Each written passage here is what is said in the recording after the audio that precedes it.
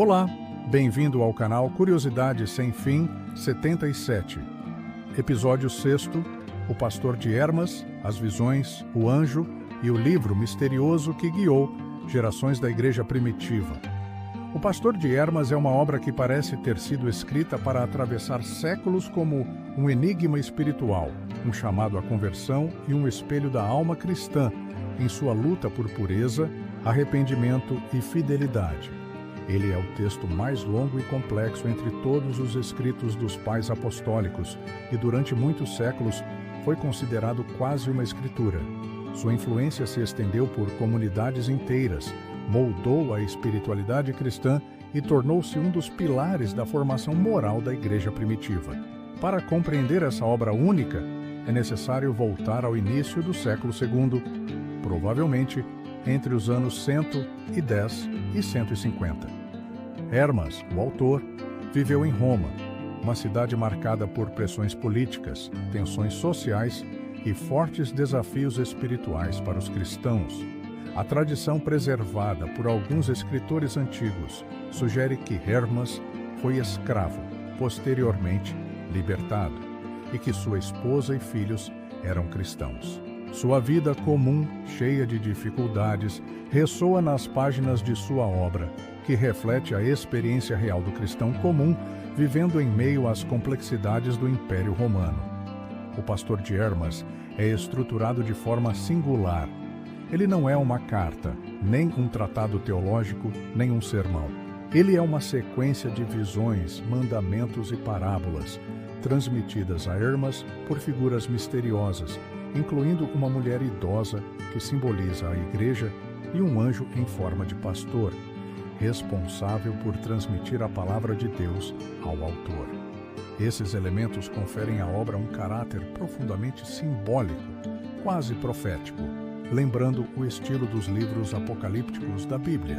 A primeira parte da obra consiste em 5 visões. Na primeira visão, Hermas vê a igreja representada como uma senhora idosa, frágil e cansada, mas ao mesmo tempo majestosa. Essa imagem simboliza a antiguidade e a dignidade da comunidade cristã. A senhora exorta Hermas ao arrependimento e à pureza espiritual. É uma chamada ao renascimento interior. Na segunda e terceira visões, ele recebe instruções sobre conversão, arrependimento e vigilância contra o pecado. A quarta visão é especialmente impressionante. Nela, Hermas vê uma grande torre sendo construída sobre águas, uma torre formada por pedras vivas, que representam os cristãos. A torre é a igreja, firme, unida, crescendo de geração em geração.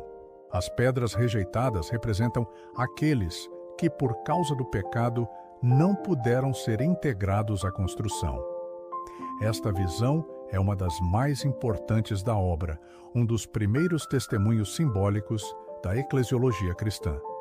A segunda parte da obra contém 12 mandamentos, conhecidos como mandata. Aqui, o anjo pastor aparece pela primeira vez como guia espiritual de Hermas.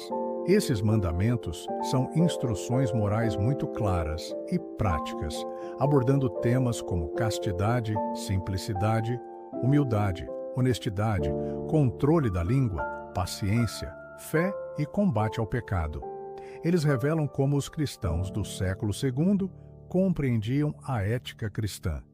É um chamado à vida virtuosa, ao arrependimento contínuo e à confiança absoluta em Deus. A terceira parte do Pastor de Hermas é composta por 10 parábolas, chamadas de similitudes. Elas aprofundam ainda mais o simbolismo da obra. Entre as parábolas mais marcantes está a comparação da igreja com uma vinha cuidada por um senhor que deseja frutos abundantes. Outra parábola descreve a luta interior dos cristãos como uma batalha espiritual entre o anjo da justiça e o anjo da maldade. Essa divisão interior, tão real para os cristãos da época como para os cristãos de hoje, mostra que o autor compreendia profundamente a alma humana. Uma das parábolas mais importantes apresenta novamente a torre, explicando como Deus examina cada pedra, verificando se está apta para integrar a construção espiritual. As pedras com rachaduras representam cristãos que caíram em pecado, mas que podem ser restaurados mediante arrependimento. O pastor de Hermas enfatiza repetidamente o tema da segunda oportunidade. O arrependimento é possível, mas precisa ser sincero, profundo e acompanhado de transformação de vida. Um dos temas centrais do pastor de Hermas é a disciplina penitencial, algo extremamente relevante na igreja do século II. Naquele período, a prática do arrependimento público era intensa e a comunidade discutia se pecados graves cometidos após o batismo poderiam ser perdoados. Hermas responde essa questão com uma mensagem firme, mas misericordiosa. Para ele, Deus concede ao cristão uma nova oportunidade de arrependimento. Mas essa graça não deve ser tratada com superficialidade. É um chamado à seriedade espiritual. Historicamente, o pastor de Hermas alcançou enorme autoridade. O texto foi lido em assembleias cristãs, preservado em coleções importantes e tratado com profundo respeito. O testemunho mais impressionante de sua autoridade está na sua presença dentro do Códice Sinaíticos, um dos mais antigos manuscritos completos da Bíblia. Isso indica que algumas comunidades consideravam o texto quase canônico. Pais da Igreja como Irineu de Leão e Clemente de Alexandria citam a obra com profundo respeito. Orígenes afirma que, embora não seja inspirado como a Escritura, o pastor de Hermas foi escrito com grande autoridade e deveria ser lido pelos cristãos. Devido ao seu caráter simbólico, moral e espiritual, a obra se tornou extremamente popular por vários séculos. Ela formava cristãos, consolava pecadores arrependidos, fortalecia a disciplina e inspirava vidas consagradas à santidade. Com o tempo, sua popularidade diminuiu, principalmente pelo seu estilo peculiar e sua linguagem simbólica, que se distanciava da teologia mais madura dos séculos posteriores. Mas hoje, graças aos estudos patrísticos modernos, o pastor de Hermas voltou a ser reconhecido como uma obra imensa, profunda e indispensável para compreender a espiritualidade da igreja primitiva. O pastor de Hermas permanece como um convite, um chamado para olhar para dentro, reconhecer as rachaduras da alma, permitir que a graça restaure o que foi quebrado e colocar-se novamente como pedra viva na construção da Igreja de Cristo. Ele nos lembra que a verdadeira fé não é ausência de quedas, mas capacidade de levantar-se pela misericórdia de Deus. Ele nos lembra que o cristianismo nasceu da esperança, da conversão, da entrega e da certeza de que Deus constrói sua torre com homens e mulheres dispostos a recomeçar. Ela não é uma carta no sentido moderno do termo, nem é um tratado teológico formal.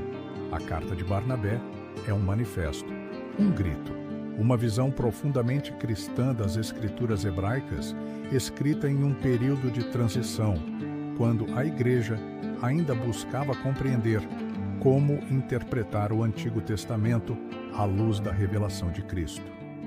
Este documento é uma janela para a alma intelectual e espiritual dos primeiros cristãos, revelando como liam, entendiam e viviam a fé nos primeiros anos após os apóstolos. A autoria é atribuída tradicionalmente a Barnabé, o companheiro de Paulo mencionado no livro de Atos dos Apóstolos. Mas a maior parte dos estudiosos modernos, com base linguística, histórica e estilística, considera improvável que o autor seja o Barnabé bíblico. O texto provavelmente foi escrito por um líder cristão, provavelmente da região do Egito, entre os anos 80 e 120, embora alguns defendam data ainda mais antiga. Independentemente da autoria exata, o documento é profundamente apostólico em espírito e ecoa a coragem, a ousadia e a clareza dos primeiros discípulos de Cristo. Para entender a carta de Barnabé, precisamos imaginar a tensão que existia no cristianismo primitivo. A igreja, formada inicialmente por judeus, vivia o impacto da expansão gentílica. Muitos convertidos não tinham as mesmas tradições e a relação entre Antigo e Novo Testamento ainda estava em construção. A destruição do templo em Jerusalém no ano 70 também gerou uma grande crise. Como entender as Escrituras quando seu centro litúrgico havia desaparecido? Como interpretar Moisés, os profetas e os Salmos em um mundo transformado pela vinda do Messias? É exatamente aqui que a carta de Barnabé entra. O autor deseja demonstrar que todo o Antigo Testamento não é sobre rituais, sacrifícios ou símbolos judaicos, mas sobre Cristo. Ele afirma que desde o princípio Deus falou de maneira espiritual e não literal. Para ele, as leis alimentares, os sacrifícios, o sábado, a circuncisão e todas as práticas rituais tinham significado simbólico. Seu objetivo é mostrar aos cristãos que a verdadeira interpretação das Escrituras está na chave espiritual revelada por Jesus. A carta possui um estilo provocador. O autor não mede palavras. Ele afirma que a tradição judaica literal errou ao interpretar a lei e que o sentido espiritual é o verdadeiro sentido revelado por Deus.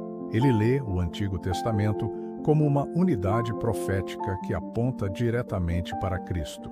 Por isso, interpreta a circuncisão como símbolo de pureza, os alimentos proibidos como metáforas de comportamentos morais e o sábado como imagem do descanso escatológico no reino de Deus. Um dos trechos mais impressionantes da carta é a interpretação da cruz. Para o autor, a cruz estava profetizada na letra Tal da língua hebraica, uma letra que nos tempos antigos tinha forma semelhante a uma cruz. Essa leitura, extremamente antiga, revela a criatividade hermenêutica da igreja primitiva, que via símbolos de Cristo escondidos em toda parte da Escritura. A carta também contém uma das mais antigas referências cristãs ao tema da regeneração e da nova criação. O autor insiste que Deus está fazendo todas as coisas novas e que os cristãos são chamados a viver como um povo separado, distinto, santo. Sua visão é radical, destemida e profundamente comprometida com a interpretação espiritual das Escrituras. Em sua parte final, a carta de Barnabé apresenta a famosa doutrina dos dois caminhos, que também aparece na Didaquê. Essa seção descreve com clareza o caminho da luz e o caminho das trevas. O caminho da luz é marcado por humildade, amor, misericórdia, paciência, pureza e caridade. O caminho das trevas é marcado por idolatria, arrogância, violência, injustiça e egoísmo. Essa dualidade ética moldou profundamente a catequese da igreja primitiva, formando gerações de cristãos para a santidade. A carta teve ampla circulação nos primeiros séculos. Ela aparece no Códice Sinaíticus, um dos mais antigos e importantes manuscritos da Bíblia. Isso revela o alto valor que a Igreja atribuía a esse texto. Ele não se tornou escritura canônica, mas foi usado como leitura edificante em inúmeras comunidades cristãs, especialmente no Oriente. Do ponto de vista teológico, a carta de Barnabé é uma obra de transição. Ela reflete a luta da Igreja para afirmar sua identidade distinta, para interpretar as Escrituras sem depender do templo, para ver Cristo no centro da revelação e para formar uma comunidade santa e renovada. É uma obra ousada, intensa, por vezes dura, mas extremamente rica. Ela nos mostra a fé cristã em seu estágio inicial, ainda em formação, ainda viva, ainda pulsante. O legado da carta de Barnabé permanece até hoje. Ela nos lembra que a fé cristã nasceu de uma interpretação profunda e espiritual das Escrituras. Nos lembra da coragem dos primeiros cristãos para afirmar Cristo em todas as coisas. E nos lembra de que o caminho da luz, embora estreito, é o único caminho que conduz à vida. A história da Didaquê é uma das mais fascinantes da cristandade antiga. Seu nome significa ensino, e por quase 2000 anos esse texto permaneceu envolto em mistério. A Didaquê não é apenas um documento antigo. Ela é uma janela aberta para o coração pulsante da igreja primitiva, uma espécie de manual de instrução para cristãos que viviam entre o final do primeiro século e o início do segundo século da nossa era. E o mais impressionante, muitos estudiosos acreditam que seu conteúdo ecoa ensinamentos que remontam diretamente aos apóstolos. Para compreender a importância da Didaquê, precisamos imaginar o cenário da primeira geração cristã. Naquele período, o cristianismo estava se espalhando por Israel, Síria, Ásia Menor e muitas regiões do Império Romano. As comunidades surgiam rapidamente, mas ainda não existia um Novo Testamento completo e organizado como temos hoje. Havia cartas circulando, tradições orais, memórias vivas dos apóstolos e a constante necessidade de ensinar convertidos recém-chegados como viver a fé cristã. É nesse contexto que surge a Didaquê. Escrita entre os anos 50 e 90, talvez antes mesmo da morte dos últimos apóstolos, ela é um dos mais antigos documentos cristãos fora da Bíblia. Seu conteúdo é profundamente prático, direto e pastoral. Ela ensina como viver, como rezar, como jejuar, como receber missionários, como discernir verdadeiros mestres de falsos profetas, como celebrar o batismo e a Eucaristia e até como escolher líderes para a comunidade. A Didaquê começa com uma expressão poderosa. Existem dois caminhos, o caminho da vida e o caminho da morte. Esta abertura revela sua preocupação central, formar cristãos verdadeiros, maduros espiritualmente, conscientes de que a fé não é teoria, mas vida vivida. O caminho da vida, ensina a Didaquê, é amar a Deus e amar ao próximo. É perdoar, abençoar os que perseguem, compartilhar o que se possui, honrar a vida e rejeitar todo tipo de mal. O caminho da morte, por outro lado, é marcado por idolatria, violência, egoísmo, ódio e corrupção moral. Estes ensinamentos ecoam diretamente as palavras de Jesus registradas nos Evangelhos. É possível que partes do texto representem uma forma primitiva de catequese usada pelos apóstolos ou por seus discípulos mais próximos. Isso torna a Didaquê uma fonte preciosa para entender como os primeiros cristãos compreendiam e aplicavam os ensinamentos de Cristo no cotidiano. A seguir, o documento se volta para instruções litúrgicas. A Didaquê descreve como deve ser o batismo, recomendando que seja feito em água corrente sempre que possível. Caso não houvesse água corrente, poderia ser em água morna ou fria, por imersão ou derramamento. Também prescreve o jejum antes do batismo, mostrando a seriedade da preparação espiritual. Sobre a oração, a Didaquê apresenta a versão mais antiga e direta da oração do Pai Nosso usada em contexto comunitário. Ela manda que os cristãos orem 3 vezes ao dia. Isso revela uma disciplina espiritual profundamente enraizada na tradição judaica e incorporada naturalmente na vida cristã. Quando fala da Eucaristia, a Didaquê oferece um testemunho inesquecível. Ela descreve orações de ação de graças, expressando a vida como fruto da videira de Davi, uma referência clara ao Messias.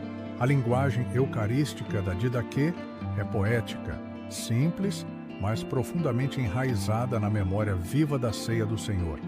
Ela também faz uma advertência poderosa. Somente os que estiverem batizados podem participar da Eucaristia. Essa regra mostra que a disciplina sacramental já era estabelecida nos primeiros anos da Igreja. Depois, a Didaquê entra em um dos temas mais fascinantes e pouco falados da vida cristã primitiva.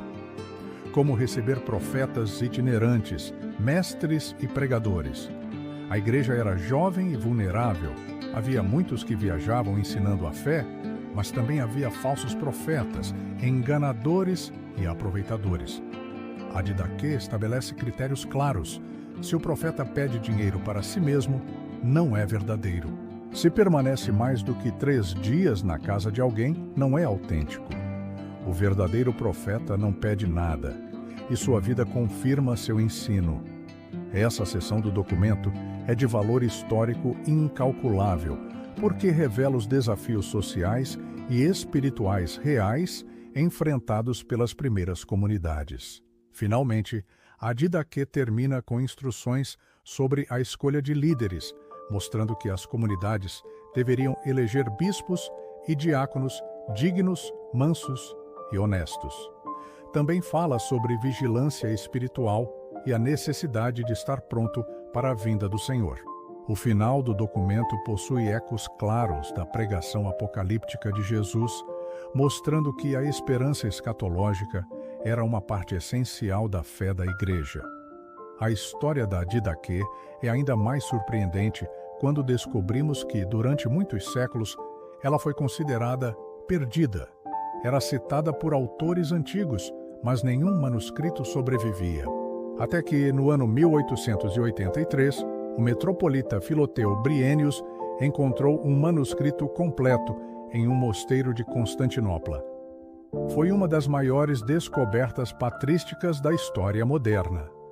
A Didaquê ressurgiu como um tesouro esquecido, revelando ao mundo a prática viva da fé cristã no seu período mais primitivo. Hoje, a Didaquê é estudada em seminários, universidades e centros de pesquisa. Ela é fonte de reconstrução litúrgica, antropológica, espiritual e histórica. É o documento que nos mostra como era a vida real dos primeiros cristãos. Não o cristianismo idealizado, mas o cristianismo vivido, concreto, comunitário e profundamente espiritual. A Didaquê permanece como um manual para toda geração que deseja voltar às raízes, compreender a fé cristã em sua forma mais primitiva e viver o caminho da vida como os primeiros discípulos do Cristo ressuscitado.